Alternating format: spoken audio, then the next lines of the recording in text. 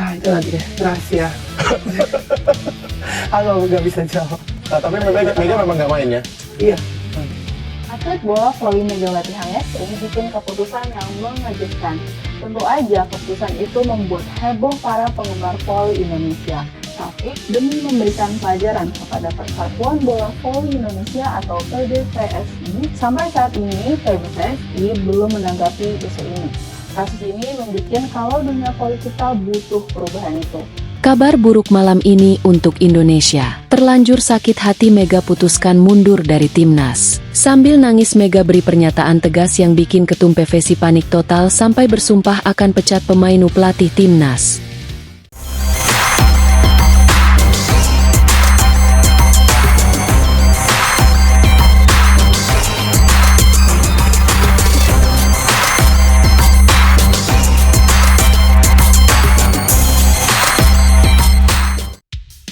Mega mundur dari timnas, air mata, pengkhianatan, dan sumpah pemecatan di tengah kepanikan PVSI. Malam ini, Indonesia tidak hanya kehilangan seorang pemain. Indonesia kehilangan harga diri. Di saat lampu-lampu kota mulai redup dan masyarakat bersiap beristirahat, sebuah kabar menghantam keras, lebih keras dari smash tercepat di lapangan. Mega, ikon, simbol perlawanan, tulang punggung timnas, resmi memutuskan mundur dari tim nasional Indonesia. Tak ada sorak, tak ada tepuk tangan, tak ada musik kemenangan. Yang ada hanya isak tangis seorang pejuang, yang akhirnya tumbang, bukan oleh lawan, melainkan oleh orang-orang dari dalam. Mega berbicara malam ini, bukan dengan teriakan, bukan dengan kemarahan membabi buta, tapi dengan air mata. Dan justru itulah yang membuat pernyataannya jauh lebih mematikan. Sambil menunduk, bahunya bergetar, tangannya gemetar memegang mikrofon, matanya merah, tapi tekadnya dingin. Saya sudah terlalu lama diam. Saya kira kalau saya berjuang lebih keras, semua akan berubah. Ia berhenti sejenak, menarik napas panjang, seolah sedang menahan sesuatu yang sudah lama menumpuk di dadanya. Ternyata saya salah. Kalimat itu membuat suasana membeku.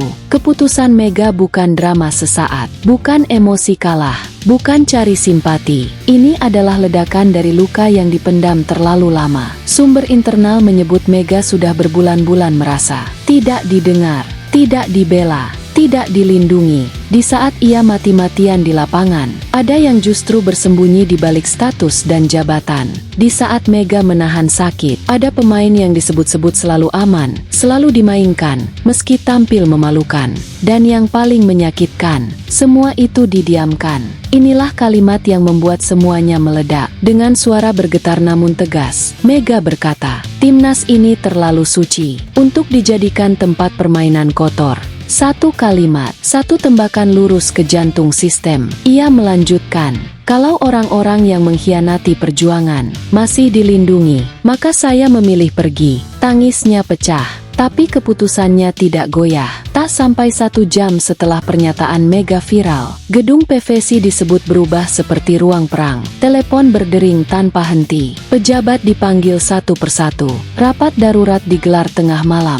Sumber terpercaya menyebut, Ketua Umum PVSI panik. Bukan panik biasa, panik karena tahu, kalau Mega benar-benar pergi, semua kebusukan bisa ikut terbongkar. Dalam rapat yang berlangsung panas, Ketum PVSI dikabarkan membanting meja. Dengan nada tinggi ia bersumpah, kalau ada pemain pengkhianat, saya pecat. Pelatih yang melindungi, saya pecat. Tak peduli nama besar, tak peduli jabatan, tak peduli relasi. Tidak ada yang kebal hukum. Sumpah itu dilontarkan. Pertanyaannya kini satu, berani ditepati, atau hanya pemadam kebakaran? Ini bukan sekadar mundurnya satu pemain. Ini adalah tamparan keras untuk olahraga Indonesia, bahwa prestasi bisa dikalahkan kepentingan, pengkhianatan bisa dibungkus jabatan, dan kejujuran justru disingkirkan. Mega memilih pergi bukan karena lemah. Ia pergi karena tidak mau berkompromi dengan kebusukan.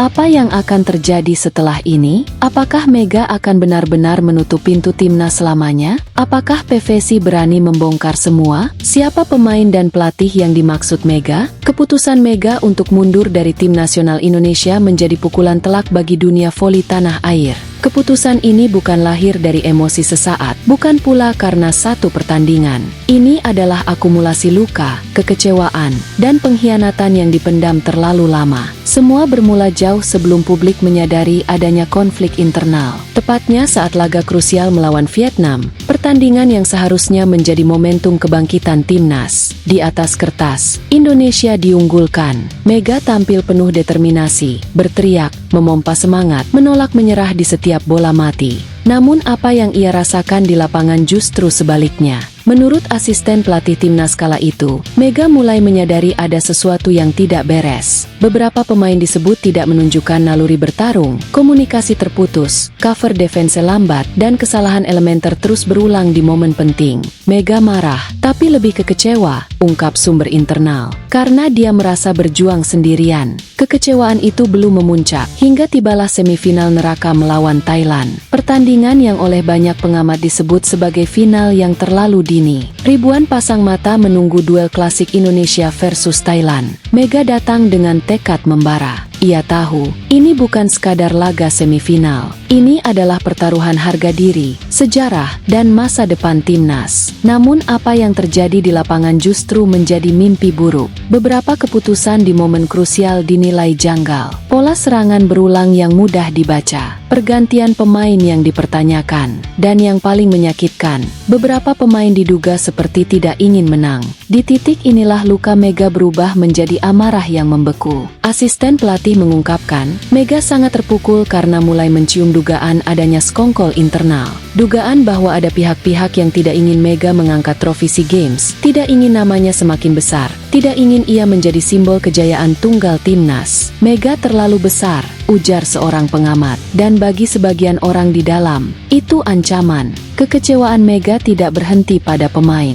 Justru yang paling menyakitkan datang dari orang yang seharusnya menjadi pelindungnya, pelatih timnas. Mega dikabarkan kehilangan kepercayaan. Pemain-pemain yang disebut sebagai pemain titipan justru selalu mendapat tempat istimewa. Performanya biasa saja, bahkan sering membuat kesalahan fatal, tapi tetap dimainkan, tetap dibela, tetap dianggap tidak tersentuh. Sementara Mega dibebani tanggung jawab, dituntut tampil sempurna, namun tak pernah benar-benar dilindungi. Dia merasa dipakai, bukan dihargai, kata sumber dekat Mega. Di ruang ganti, Mega menangis, bukan karena kalah, tapi karena merasa dikhianati oleh sistemnya sendiri. Pengamat voli dari Indonesia dan Korea Selatan mengaku sebenarnya sudah membaca tanda-tanda ini sejak lama. Bahasa tubuh Mega berubah, sorot matanya berbeda. Ia masih bertarung, tapi jiwanya mulai lelah. Ini bukan atlet manja, ujar pengamat asal Korea. Ini atlet yang terlalu sering dipaksa kuat sendirian. Ketika kabar Mega akan mundur mulai beredar, publik terkejut. Namun para pengamat tidak. Mereka tahu, jika sistem tidak berubah, Mega pasti pergi. Dan akhirnya, keputusan itu benar-benar datang. Mega memilih mundur, bukan untuk mencari sensasi, bukan untuk menekan publik, tapi untuk menyelamatkan dirinya sendiri. PVC disebut panik, ketum disebut langsung bereaksi keras. Ancaman pemecatan, evaluasi total, hingga sumpah membersihkan timnas mulai dilontarkan. Tapi bagi Mega, semuanya terasa terlambat. Namun di tengah gelap, masih ada secercah harapan. Pengamat senior asal Jakarta menegaskan satu hal penting. Mega belum sepenuhnya menutup pintu timnas. Mega akan kembali, katanya tegas. Tapi bukan dengan wajah lama, bukan dengan sistem busuk. Syaratnya jelas. Tanda centang tebal pemain titipan disingkirkan. Tanda centang tebal praktik anak emas dihentikan. Tanda centang tebal pelatih dievaluasi total. Tanda centang tebal timnas dikembalikan pada merit dan prestasi.